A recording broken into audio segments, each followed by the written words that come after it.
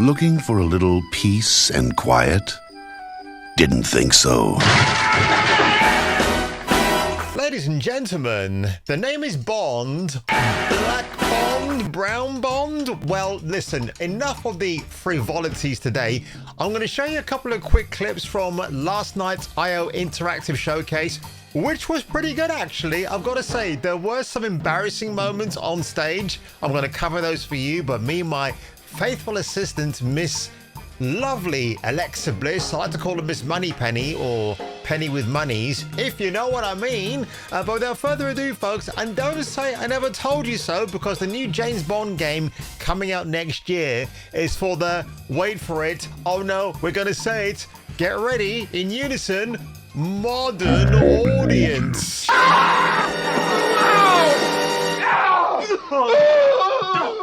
Funniest, cheekiest, maddest, filmiest show on earth.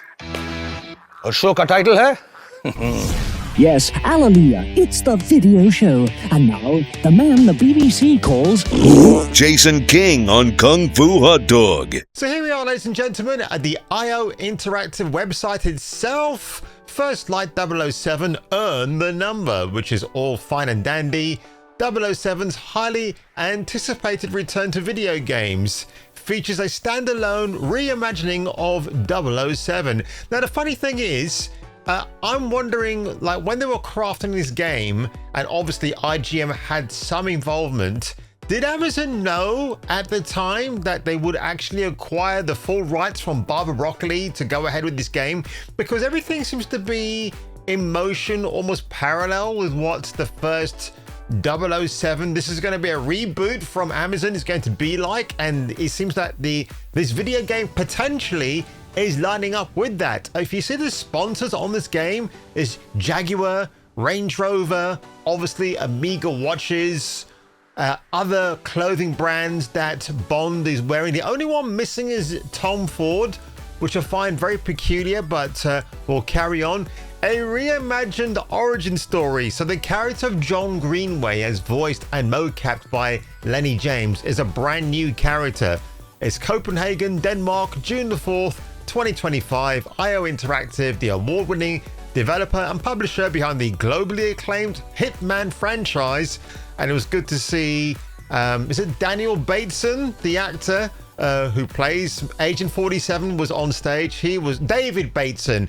He was hilarious. I didn't know that they were going to use Tom Cruise's brother, William Mapother, to be the voice of Hitman for Absolution until the fans revolted. And apart from a little tiny hiatus when I was nearly replaced, big mistake, I directed.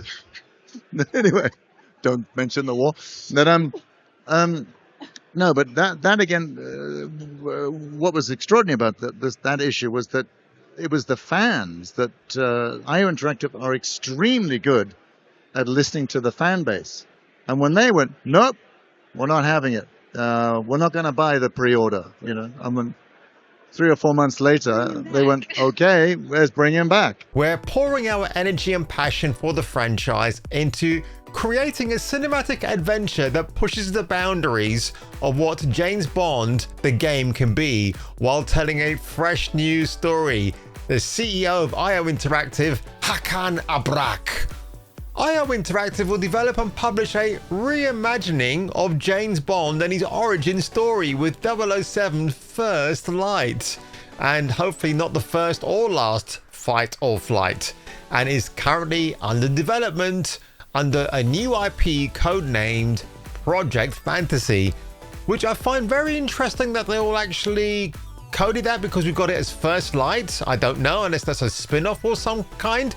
But anyway, folks, here we are at the end of the trailer which they showed last night. This to me was a little bit embarrassing. Is this actually in 4K, guys? No, it's not. It's 1080p. I'm talking about this very cool pose right here. Looks a bit like Henry Cavill, doesn't he? Even though it's not meant to be. This must be the most bored audience ever. Like, why didn't they get me out there? How would we go, ooh, ooh, ooh, like Julia Roberts did in Pretty Woman? Well done! Well done! Walk, walk, walk! I tell you, the people in this audience are dullards. They really are. Sorry, I've got to say it, but they don't invite proper people out there like E3 does. It's just the industry people. I have goosebumps when I see this. We just revealed. Well, if you have goosebumps, dude, why don't you wear a jacket? A new James Bond game, the first one in over a decade. We're honored to be able to bring to the gaming world Since Bloodstone. a 007 franchise for the players. Yeah. We imagine the first steps of James Bond as a young yet rebellious air crewman who, thanks to his instincts, defied all odds and got propelled into MI6. Do you get that? Because he was on an aeroplane and he got propelled. Mr. Abrak, work on your punchlines, dude. We also reimagined versions of the characters that shaped Bond as we know him today. Yeah, and if you want to know what one of those reimaginings is, it's Moneypenny. I was right about her, by the way, and here's the proof of the package. I knew it was going to be a diverse Moneypenny. See? Right there. There. Told you. We know Q. Isola, don't know who she is. Greenway, brand new character. But Moneypenny, smack bang in the middle. And she has to be diverse. Like I said, I think her ethnicity is Indian because of the hair. By the way, I don't know if you guys are aware of this, but they're integrating Le Chiffre, as played by Mads Mikkelsen, into a Hitman game. So are they going to have Hitman and 007 team up and take out bad guys on a mission? That'd be pretty cool if that actually happens. Us design our vehicles, our costumes, and game moments. Mr. Abrak, you're supposed to say, and Bond wouldn't be complete without some hot Bond honeys to keep in company. That's why you watch a Bond film, right? Men fantasize about being him. Women want to be with him. Who are you? My name is Bond. James Bond. Is there something I can do for you? Yes, as a matter of fact, there is. There's something I'd like you to get off your chest. There you go. Coca-Cola, a sponsor, which is obviously for the bar scenes, I'm assuming. Is that All Brown, which I think they make really cool jackets. Jaguar, Defender. Herman Miller Gaming, which has to do with the gaming chairs, I'm assuming. Or maybe they're doing giveaways with the game for a gaming chair. Herman Miller chairs are about, what, $1.50 each? So, yeah, cool. Oh, yeah, Brittany, the host, she's got a set of legs in her, damn. You got Mads Mikkelsen, that's David Bateson, who dresses and looks like Hitman 47, which I always find like a long-running joke with this man. This is the guy from Bob, Bill the Rocket Boy, he's there. A really elegant way to do that.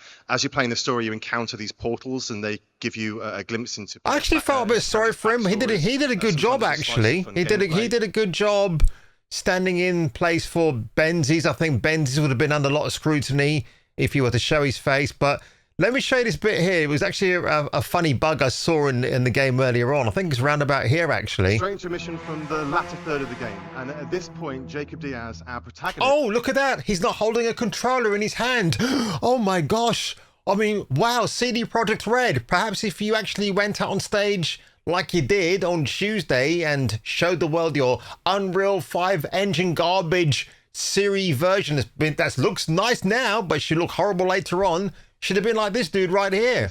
Has had his MindsEye implant reactivated, and he's accompanied by his companion drone. Now, this drone gives Jacob some unique combat abilities that we'll see during gameplay here. Now, we've worked tirelessly to create a very immersive and cinematic experience, and the story is a key part of that. So we've bleeped out certain bits of dialogue. I don't want to spoil anything for players. Looking forward to... It's funny when he says they bleeped out dialogue. It sounds like they've been bleeping out swearing because the dialogue is too short to be in the same time duration of the bleeps, which sound like a millisecond. So if you're bleeping out for a millisecond, that to me is like you're bleeping out bad language. Delving into the narrative. What I can say, though, is that something very interesting has just taken place that's thrust the city into chaos. It's raining for the first time in years, and the city is under martial law. Yeah, when he takes out this guy, look what happens. It's quite funny. Is it this guy? No, not this one. It's somebody else. Come undone. Now, Rigby is going to be assisting us on this mission and helping us navigate the predicament Jacob finds himself in right now. Now, in MindsEye, players can't just run in. I think the character movement looks fine here, actually. I know people are teasing this for being a PlayStation 2 type of game. I understand that. And environmental elements that but how about just having a fun game? There is no surefire, one-size-fits-all way to approach combat. But by utilizing the vast array of weapons and the potency of the combat drone, players can approach combat in a variety of different ways. Players can also utilize the lens device. Now, this is an AR contact lens that is the replacement for the smartphone. I've got to say the 1080p is not doing this game any favors, right? When there's been other games on show that look way better than this, like on a graphical fidelity level. And help them strategize how best to neutralize them. And it also highlights pickups on the ground. So the DC-2 companion drone has a few key functions. One of them we're about to see right now is a zap ability. Now this it's gonna be here somewhere. You'll see this bug happen. Keypads and doors. It's also particularly potent against robotic enemies. It should be here. Temporarily disables them.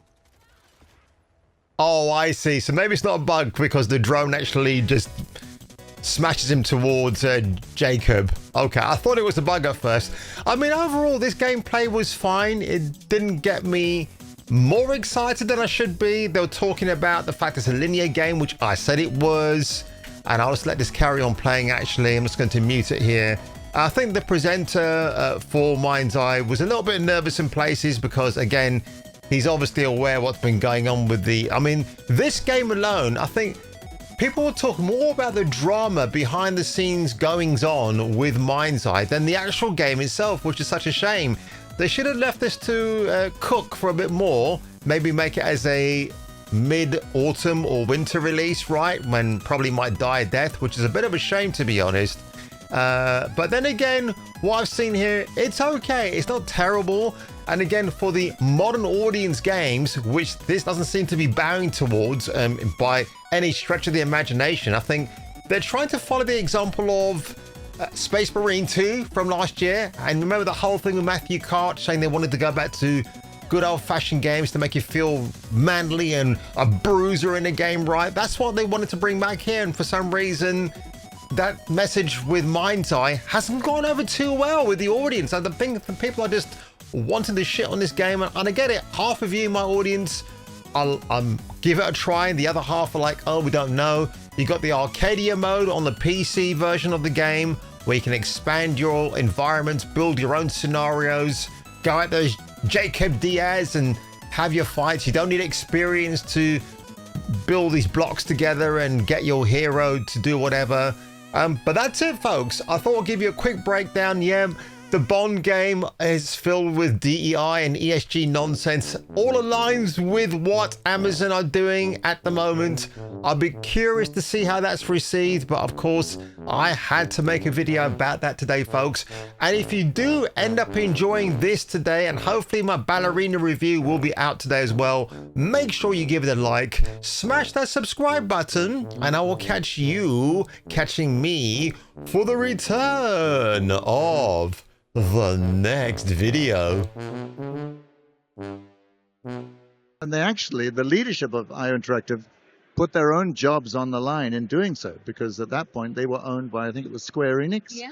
So they went behind the backs of Square Enix and sneaked me in and recorded it, and then flew, I believe, to Montreal and went, guys, be honest, what do you think?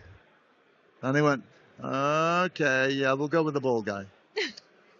We'll go with the one that actually looks like the hitman himself. Yeah, I mean, what are the chances?